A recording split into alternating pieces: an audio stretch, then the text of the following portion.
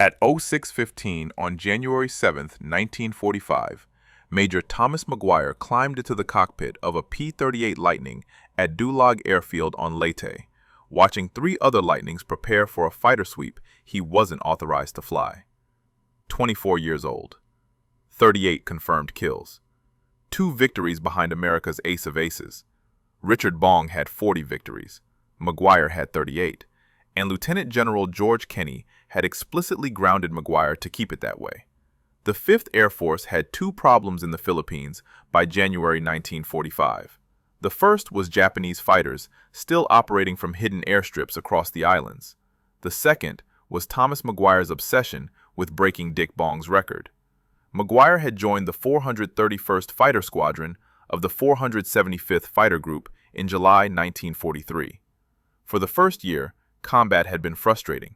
Administrative duties as squadron commander kept him grounded for weeks at a time. Periodic illness knocked him out of action. While other pilots racked up kills, McGuire flew a desk. Then, August 18, 1943 happened. Over Wewak, New Guinea, McGuire shot down 2 Nakajima Ki-43 Oscars and 1 Kawasaki Ki-61 Tony. The next day, 2 more Oscars. 5 kills in 2 days. Ace status after a year of nothing. His skill at maneuvering the big twin-engine P-38 became legendary. Other pilots struggled with the Lightning's size and complexity. McGuire made it dance.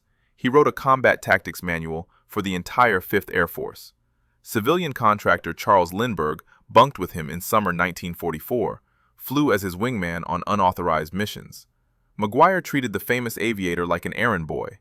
By October 17, 1943, McGuire had 11 confirmed victories.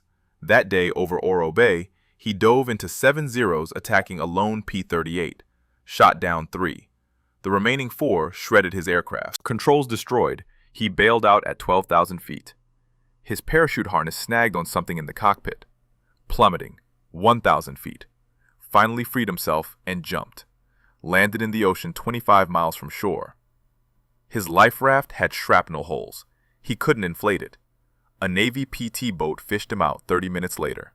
6 weeks in the hospital. Wrist wound, broken ribs, additional injuries that would have ended most pilots' careers. McGuire returned to combat. The race with Bong intensified through 1944. Every time McGuire closed the gap, Bong would match him kill for kill. November 10th, McGuire shot down a Ki-43 over Ormoc Bay. A chunk of the exploding Oscar smashed through his canopy, struck him in the head, knocked him unconscious. When he came to, blood covered his face. He told no one. Feared being pulled off flight status. December 7th, McGuire and Bong flew together over Ormoc Bay. After the mission, McGuire discovered he'd been sitting in a pool of blood. A rifle-caliber bullet had punctured his cockpit during a strafing run, grazed his buttocks. He said nothing. Christmas Day 1944. McGuire led 15 P-38s as top cover for bombers striking Mabalacat Airdrome over Luzon. 20 Japanese fighters attacked. McGuire's guns jammed mid-fight. For 30 minutes, he used his P-38 as his only weapon, maneuvering like a madman, drawing enemy fighters away from the bombers, forcing one into his wingman's line of fire. 3 confirmed kills that day. December 26th. McGuire volunteered to lead escort fighters to Clark Field. During the engagement, he shot down 4 more Japanese fighters in rapid succession. 38th victory. 2 behind Bong. General Kenney made a decision. Bong was flying home for a publicity tour. America's ace of aces deserved his moment. Kenney grounded McGuire until Bong received his welcome home celebration. McGuire ignored the order. On December 30th, 31st, and January 2nd, he flew unauthorized combat missions. His entire squadron knew he'd been benched. They looked the other way. Should he shoot anyone down, he'd just hold back the news until Bong was properly celebrated stateside.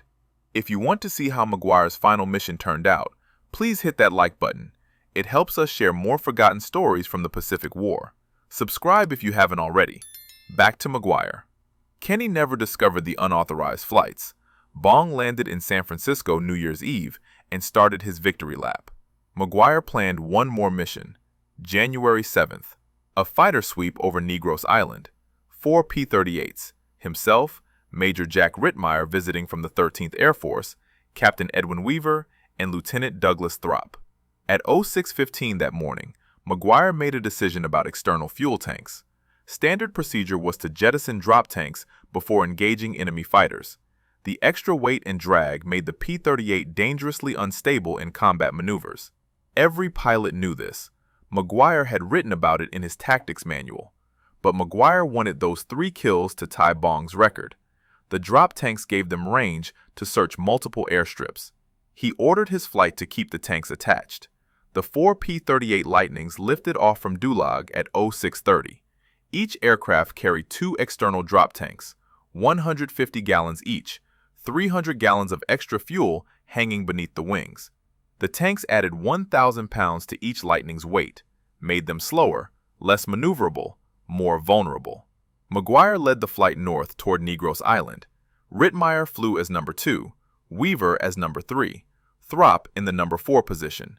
Their mission was simple: find Japanese fighters, shoot them down. McGuire needed 3 kills to tie Bong's record of 40.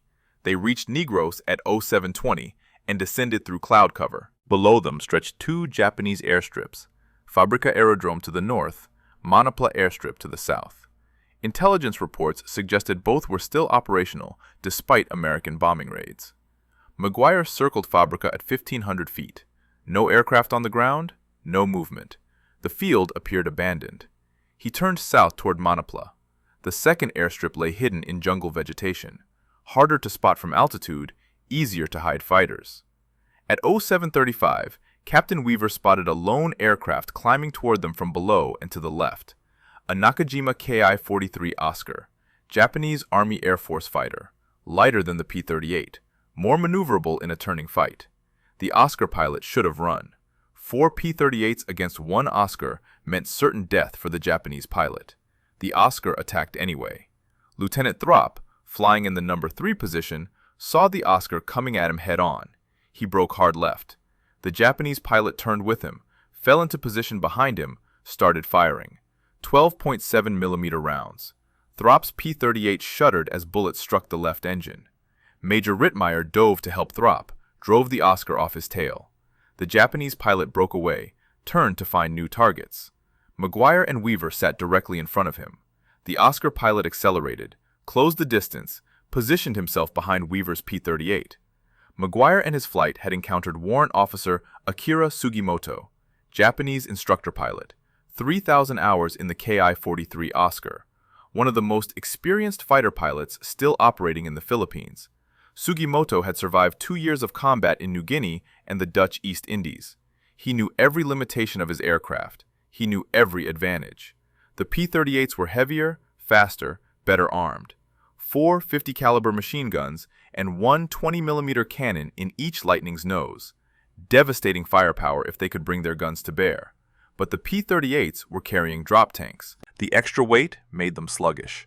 Sugimoto recognized this immediately. He stayed behind Weaver, firing controlled bursts. Weaver radioed he was under attack, cut inside his turn to present a more difficult shot. The maneuver worked. Sugimoto couldn't get a clean angle. McGuire eased up on his own turn rate, drew the Japanese pilot's attention away from Weaver, onto himself. Sugimoto took the bait, switched his attack to McGuire. The 2 aircraft began a turning fight at 300 feet above the jungle canopy. Dangerous altitude for any combat maneuver. Suicidal for a P-38 carrying external fuel tanks. McGuire had written about this exact scenario in his tactics manual. Never engage at low altitude with drop tanks attached. The warning came from hard-won experience, from watching other pilots die making this exact mistake. McGuire increased his turn rate, tried to get his nose around to bring his guns to bear. Sugimoto stayed behind him, closing the distance. McGuire pulled harder. The P-38's airspeed bled off, 180 knots, 160, 140. The Lightning's twin Allison engines roared at full power. The airframe shuddered. McGuire needed just a few more degrees, just enough to get Sugimoto in his gun sight, just enough to fire. Above them, another Japanese fighter appeared, a second Oscar, this one flown by Technical Sergeant Mizunori Fukuda, 21 years old, former instructor, recently assigned to the 71st Sentai. Fukuda dove on Major Rittmeyer's P-38, attacked head-on, unleashed a devastating volley that shattered Rittmeyer's center nacelle and cockpit. The P-38 disintegrated, pitched down into a river. Rittmeyer died on impact. McGuire saw none of this. His entire focus remained on Sugimoto, on getting his guns lined up, on making the kill that would bring him one step closer to Bong's record. He pulled harder on the control yoke. The P-38 Lightning stalled at 300 feet. McGuire felt it instantly. The control yoke went mushy in his hands. The nose dropped. The aircraft snap-rolled inverted. Both Allison engines screaming at full throttle, but generating no lift. The twin booms flipped upside down. The jungle canopy rushed up at him. He had 2 seconds, maybe 3. At 300 feet with a fully loaded P-38, recovery was impossible. The external drop tanks made it worse. 1,000 pounds of dead weight. The Lightning fell like a brick. McGuire tried anyway, pushed the yoke forward to recover from the stall, started to roll the aircraft upright. For a fraction of a second, it looked like he might make it. The nose began to come up. The wings started to level. Then the ground arrived. The P-38 struck the jungle at 0741, January 7, 1945. The impact killed McGuire instantly. The aircraft exploded. Flames and black smoke rose above the tree line. Filipino civilians witnessed the crash from a nearby village. They rushed to the site, secured McGuire's body before Japanese forces could reach the wreckage. Above the crash site, the dogfight continued for another 30 seconds. Captain Weaver had observed Fukuda attacking Rittmeyer. Weaver fired at the Japanese pilot, severely damaged his Oscar. Fukuda managed a wheels-up landing at Manapla airstrip. His aircraft was destroyed on landing. He survived. Warrant Officer Sugimoto had also taken damage from the combined fire of Throp and Rittmeyer before Rittmeyer went down. Sugimoto's Oscar limped back toward Manapla, made it to the airfield, crash-landed. Filipino guerrillas found him later that day and killed him. Lieutenant Throp's P-38 had damage to one engine, trailing smoke.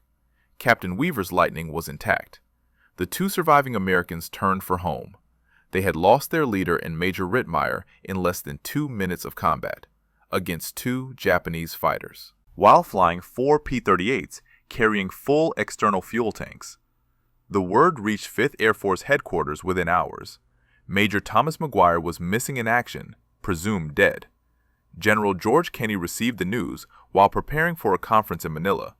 He stopped thinking about the war, stopped thinking about operations, started thinking about the young pilot he'd grounded 3 weeks earlier, the pilot who'd ignored the order and flown anyway, the pilot who'd been 2 kills away from breaking America's aerial victory record. Back in the United States, Dick Bong was completing his publicity tour. War bond rallies, newspaper interviews, parade appearances. America's ace of aces with 40 confirmed victories. The tour was supposed to last another 2 weeks. Then Bong would marry his fiancée Marjorie and take an assignment as a test pilot. The news about McGuire reached Bong on January 8th. The rivalry was over. Bong would remain America's highest-scoring ace, but he'd lost a fellow P-38 pilot, someone who understood what it meant to hunt Japanese fighters over the Pacific, someone who'd pushed the Lightning to its absolute limits. McGuire's body remained in the Philippines until 1949.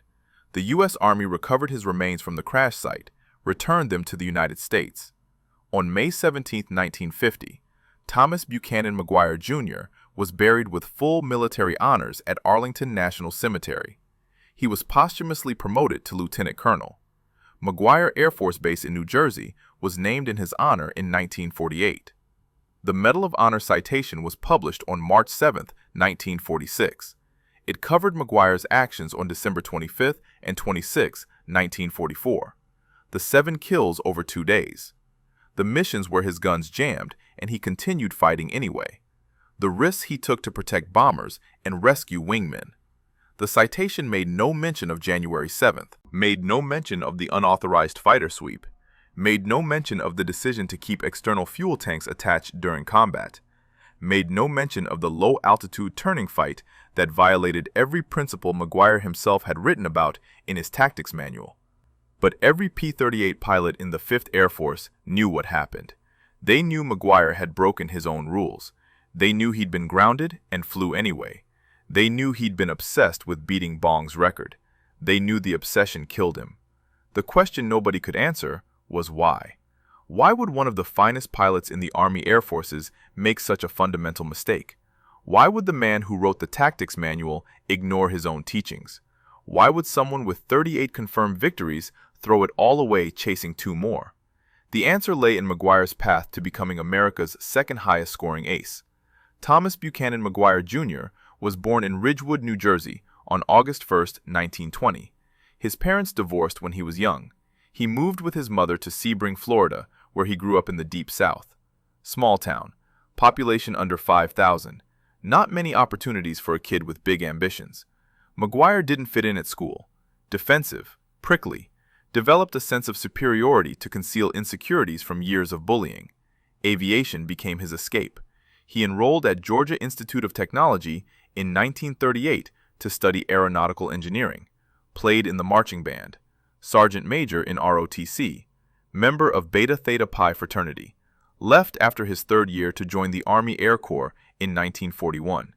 He reported to flying school in Corsicana, Texas as an aviation cadet. Received further training in San Antonio. Commissioned 2nd Lieutenant on February 2, 1942. Awarded his pilot wings at Kelly Field. 21 years old. Fresh out of flight school. No combat experience, no kills. The Army assigned him to the 313th Pursuit Squadron at Selfridge Field, Michigan. Then to the 56th Pursuit Squadron at Payne Field, Washington.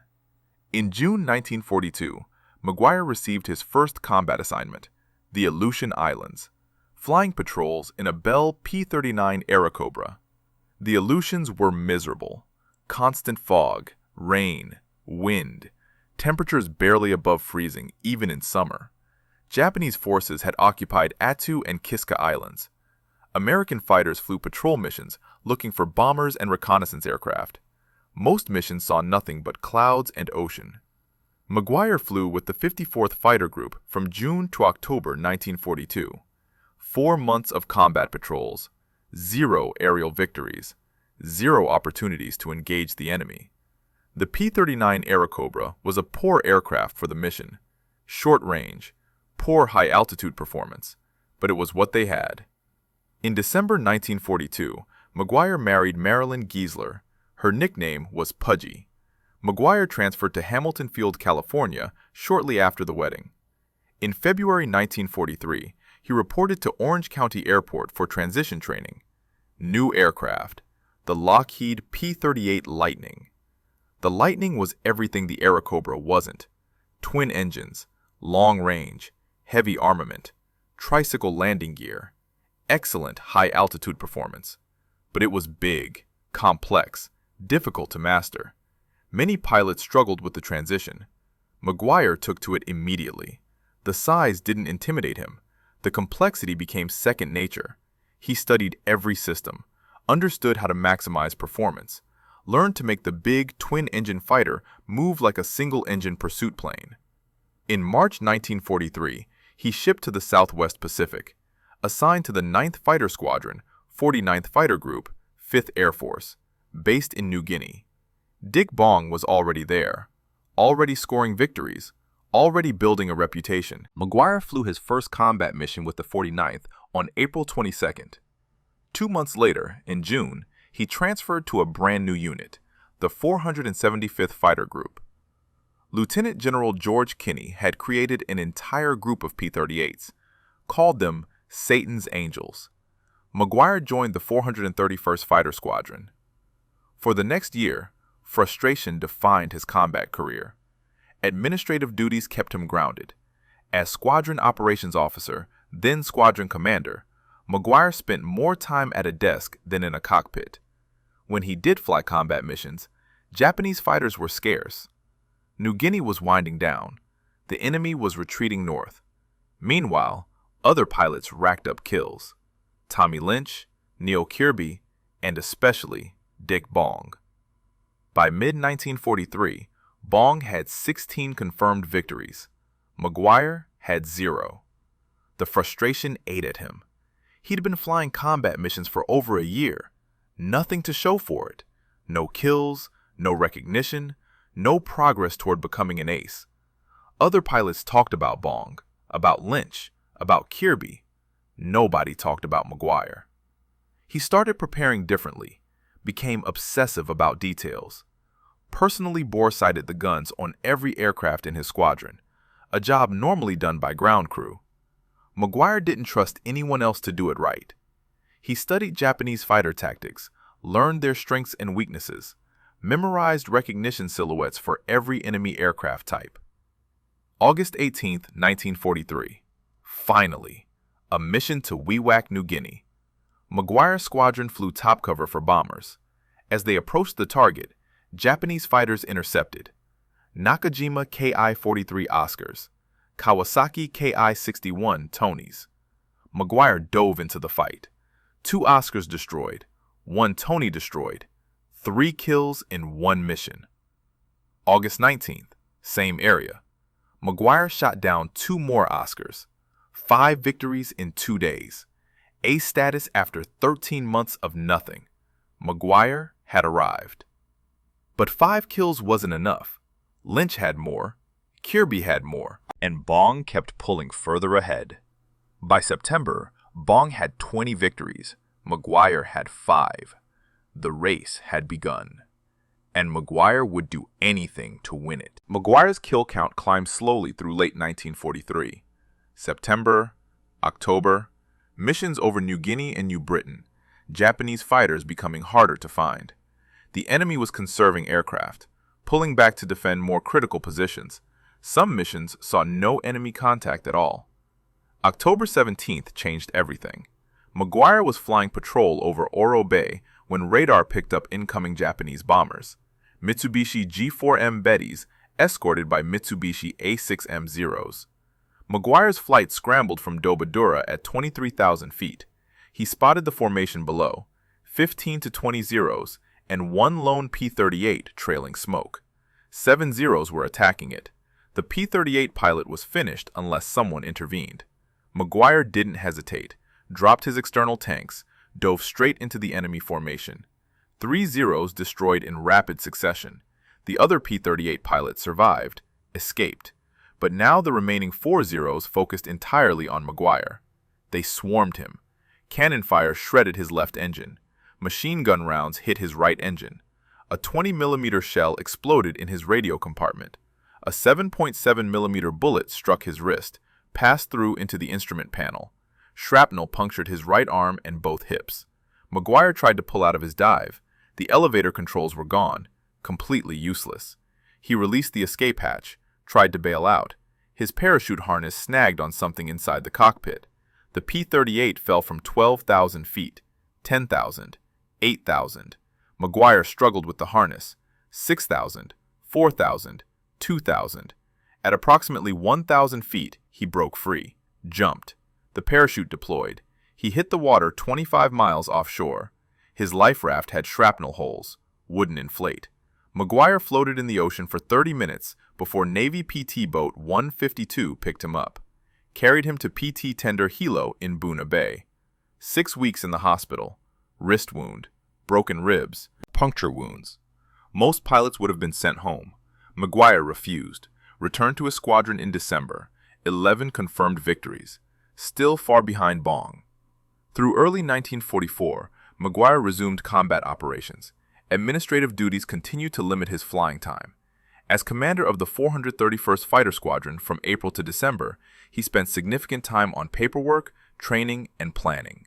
Meanwhile, Bong flew missions as a freelance pilot attached directly to V Fighter Command.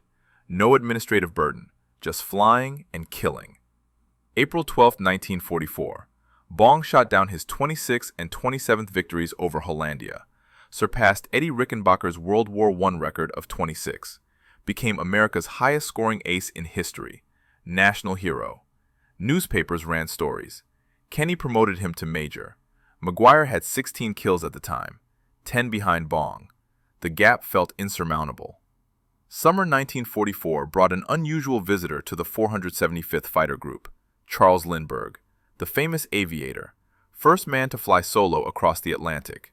By 1944, Lindbergh was a civilian contractor working for United Aircraft Corporation.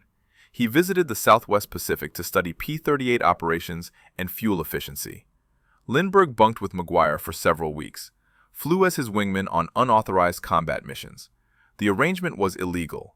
Civilians weren't permitted to engage in combat. Lindbergh did it anyway. McGuire treated him like an assistant, ordered him around, told him to fetch coffee, run errands. Other pilots found it amusing. Lindbergh quietly complied.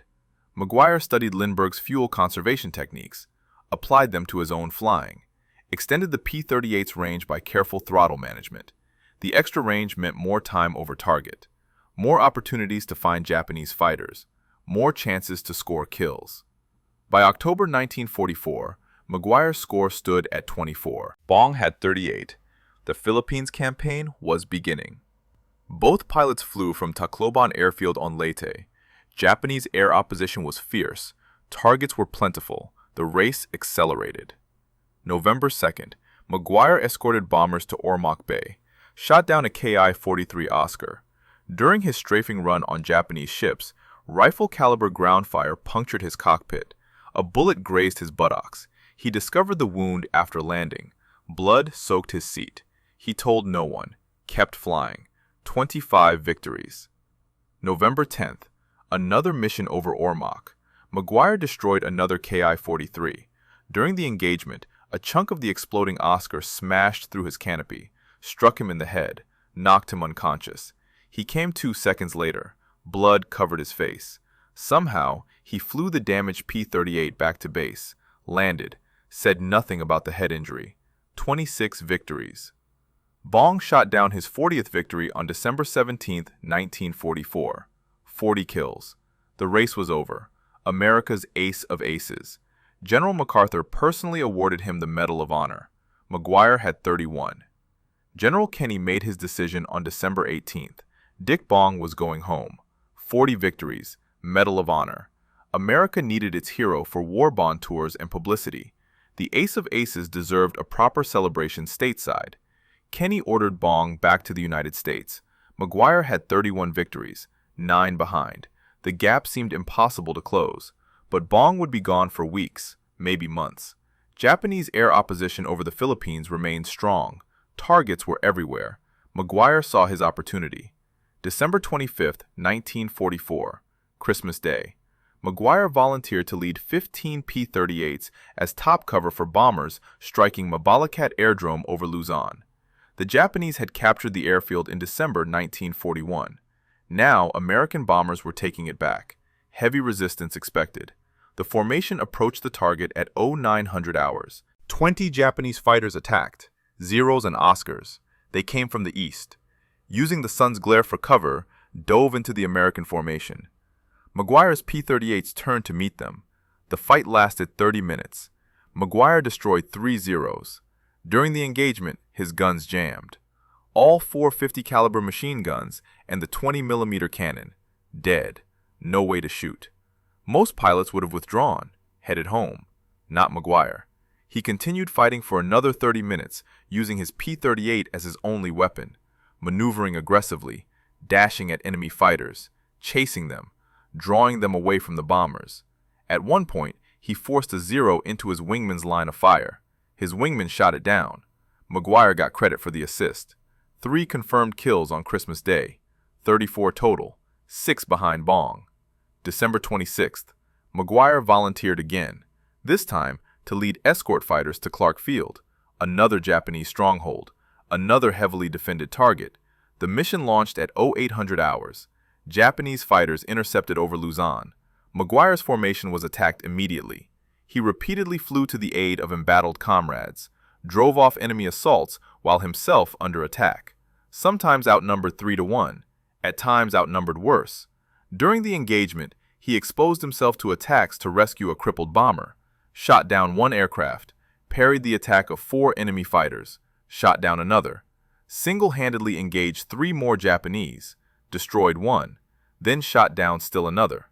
4 confirmed kills on December 26th, 38 total, 2 behind Bong. McGuire returned to Tacloban late afternoon, 2 days, 7 confirmed victories, the most aggressive flying of his entire career. He'd closed the gap from 9 kills to 2 in 48 hours. The entire 5th Air Force was talking about it. McGuire was on fire. But Bong was already halfway across the Pacific, heading for San Francisco. For parade appearances and newspaper interviews. For his moment as America's greatest fighter pilot. General Kenney received updates on both men. Bong's publicity tour, McGuire's Christmas rampage. The situation was developing exactly as Kenney feared. If McGuire kept flying at this pace, he'd break Bong's record before Bong even reached California. America's ace of aces would lose his title before receiving his welcome home celebration. The publicity disaster would be complete. Bong would arrive as yesterday's news. McGuire would be the new champion. The carefully planned narrative would collapse. Kenney grounded McGuire on December 27th, direct order. No more combat missions until Bong had received his proper celebration. McGuire was to remain at Tacloban, attend to administrative duties, train replacement pilots, stay out of the cockpit, stay away from combat. The order was clear, unambiguous. McGuire acknowledged it, said he understood, told Kenney he'd comply. He lied. December 30th, McGuire flew an unauthorized fighter sweep. His squadron knew he'd been grounded. They looked the other way, pretended not to notice when he climbed into the cockpit, took off, hunted for Japanese fighters over Luzon. The mission found no targets, no kills, but McGuire had flown anyway. December 31st, another unauthorized mission. New Year's Eve, McGuire led a 4-ship flight over Mindoro. Again, no contact, no kills. But again, he'd violated Kenney's direct order. January 2nd, 1945, third unauthorized mission, this time over Leyte Gulf. Limited enemy activity, no opportunities, no kills. 3 combat missions in 4 days, all unauthorized, all in direct violation of General Kenney's grounding order. None resulted in additional victories, but McGuire had shown his willingness to disobey. His obsession with breaking Bong's record had overridden military discipline. Kenney never discovered the unauthorized flights. Nobody reported them. The entire 431st Fighter Squadron kept the secret. McGuire remained officially grounded, officially waiting for Bong's celebration to conclude, officially following orders. On January 7th, he planned one more unauthorized mission, 4 P-38s, fighter sweep over Negros Island, and this time, he was keeping the external fuel tanks attached. The decision to keep external fuel tanks attached during combat violated every principle McGuire had written about. His tactics manual for the 5th Air Force was explicit. Drop external tanks before engaging enemy fighters. The extra weight compromised maneuverability, made the P-38 sluggish in turns, reduced climb rate, extended dive recovery time, increased stall speed. Standard operating procedure was clear. When enemy fighters appeared, jettison the tanks immediately. 2 simple switches. Left valve to wing tank, right valve to wing tank. Then pull the tank release. The entire process took 3 seconds. 3 seconds that could save your life. McGuire knew this better than anyone. He'd written the manual. He'd trained replacement pilots. He'd survived 2 years of combat by following these principles. On October 17, 1943, over Oro Bay, he dropped his tanks before diving into 7 zeros. That decision saved his life, even after his P-38 was shredded by enemy fire. But on January 7, 1945, McGuire ordered his flight to save their tanks. His exact words were recorded by the surviving pilots. Save your tanks. They would need the fuel to reach their main objective, to search multiple airstrips, to maximize their chances of finding Japanese fighters.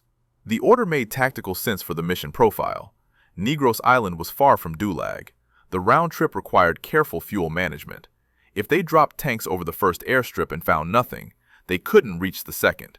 They'd have to return to base. Mission incomplete, no kills. But keeping the tanks made no sense the moment enemy fighters appeared. Standard procedure demanded immediate jettison. McGuire knew this. Captain Weaver knew this. Lieutenant Throp knew this. Major Rittmeyer knew this. Every P-38 pilot in the theater knew this. The P-38 pilot training manual, AAF Manual 51-127-1 stated it explicitly. Drop external tanks to give greater maneuverability in combat. When Warrant Officer Sugimoto's Oscar attacked, McGuire should have dropped the tanks instantly. 3 seconds, 2 switches, 1 pull. The P-38 would have been lighter, more responsive, better able to turn with the nimble Oscar. McGuire might have survived the low-altitude turning fight. Instead, he kept the tanks attached, tried to outturn an instructor pilot with 3,000 hours in the Ki-43, at 300 feet.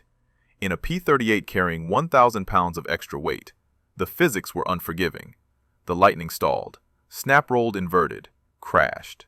Later analysis by 5th Air Force pilots identified the drop tank decision as the primary cause of death. Had McGuire jettisoned the tanks, he might have recovered from the stall despite the low altitude. The P-38 was controllable without external stores. With them, it was a death trap in a low-speed turning fight. The question remained, why didn't McGuire drop the tanks? He had time. Sugimoto didn't appear suddenly. The engagement developed over 30 to 40 seconds. Plenty of time to reach down, flip 2 switches, pull the release, make the P-38 lighter and more maneuverable. Several theories emerged. First, McGuire was fixated on the kill. His entire focus was on getting his guns lined up on Sugimoto, on scoring his 39th victory, on closing the gap with Bong. Everything else became secondary, including survival. Second, McGuire was task-saturated. Managing the P-38 in a low-altitude turning fight required complete concentration, throttle control, aileron inputs, rudder coordination, monitoring airspeed, watching the enemy, trying to predict his next move. Adding one more task, dropping the tanks, might have been one task too many.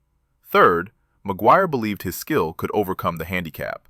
He was one of the finest P-38 pilots in the Air Force, legendary at maneuvering the big twin-engine fighter. He'd survived dozens of engagements through superior flying. Perhaps he thought he could outfly the physics, outfly the weight penalty, outfly the stall. He was wrong. The rivalry with Bong had consumed him. From mid-1944 through early 1945, McGuire's entire existence revolved around closing the gap. Every mission was an opportunity to score kills. Every engagement was a chance to catch Bong. The obsession drove him to fly with head wounds, with bullet grazes, with broken ribs. It drove him to violate General Kenney's grounding order. It drove him to ignore his own tactical principles. On January 7th, it drove him to keep external fuel tanks attached during combat, to engage in a low-altitude turning fight, to pull the P-38 past its stall speed, to crash at 300 feet while chasing his 39th kill. Thomas McGuire died doing exactly what he'd warned other pilots never to do. The irony was complete. McGuire's death sent shockwaves through the 5th Air Force, not because he died in combat, pilots died every day, but because of how he died. One of the finest P-38 pilots in the theater, dead at 300 feet, killed by his own decision to violate basic tactical principles. The lesson was impossible to ignore. General Kenney issued new standing orders within 48 hours. All P-38 pilots would jettison external fuel tanks before engaging enemy fighters. No exceptions. No discretion. The moment enemy aircraft appeared, drop the tanks. Pilots who failed to comply would face disciplinary action. The order was absolute. 5th Air Force training programs incorporated McGuire's final mission as a case study. New replacement pilots learned about January 7, 1945, about the unauthorized fighter sweep, about the decision to keep tanks attached, about the low-altitude turning fight, about the stall and crash. The training emphasized one point above all others. Even the best pilots die when they ignore fundamentals. McGuire's tactics manual remained in use throughout the war. His teachings on fighter combat were sound. His analysis of Japanese tactics was accurate. His techniques for maximizing P-38 performance were effective. The manual saved lives. But the irony of his death wasn't lost on anyone who read it. The author had died violating his own principles. The rivalry between McGuire and Bong ended on January 7th. Bong remained America's ace of aces, 40 confirmed victories, Medal of Honor, national hero. But the victory felt hollow. Bong had lost a fellow P-38 pilot, someone who pushed the Lightning as hard as he did, someone who understood the obsession with aerial victory. Bong never returned to combat. He married Marjorie Vattendahl on February 10, 1945, participated in war bond tours, then received assignment as a test pilot at Lockheed's plant in Burbank, California. His job was testing the new P-80 Shooting Star, America's first operational jet fighter. August 6, 1945, the day America dropped the atomic bomb on Hiroshima. The same day Richard Bong died in a P-80 crash during a test flight. Engine failure on takeoff. The jet went down in a field near Burbank. Bong was killed on impact. 24 years old. 7 months after McGuire's death. Both of America's top aces dead before their 25th birthdays. McGuire Air Force Base in New Jersey was renamed in his honor in 1948. The base continues operations today. C-17 Globemaster and KC-10 extender aircraft carry McGuire's legacy on their tail fins. A P-38 Lightning sits on static display at the base entrance. McGuire's Medal of Honor is housed in the base museum alongside photographs and mission reports from his combat career. A memorial stands at the crash site on Negros Island, erected in 2007 by aviation archaeologist David Mason. Filipino locals maintain the site. They remember the American pilot who died in their jungle, who was protected by their ancestors, who was finally returned home to be buried with honor. The lessons from January 7, 1945 remain relevant. Obsession clouds judgment. Rivalry drives poor decisions. Ignoring fundamentals kills even the most skilled operators. McGuire was America's second highest scoring ace, a brilliant pilot, a tactical innovator, a leader. But he died because he forgot the basics in pursuit of one more kill. 38 confirmed victories, 2 behind Dick Bong, 2 kills away from tying the record, 2 external fuel tanks away from survival, 300 feet away from recovery, 1 decision away from living. If this story moved you the way it moved us, do me a favor, hit that like button. Every single like tells YouTube to show this story to more people. Hit subscribe and turn on notifications. We're rescuing forgotten stories from dusty archives every single day. Stories about pilots who ruled the skies with skill and obsession. Real people, real consequences. Drop a comment right now and tell us where you're watching from. Are you watching from the United States, United Kingdom, Canada, Australia? Our community stretches across the entire world. You're not just a viewer, you're part of keeping these memories alive. Tell us your location. Tell us if someone in your family served. Just let us know you're here. Thank you for watching. And thank you for making sure Major Thomas McGuire doesn't disappear into silence. These men deserve to be remembered, and you're helping make that happen.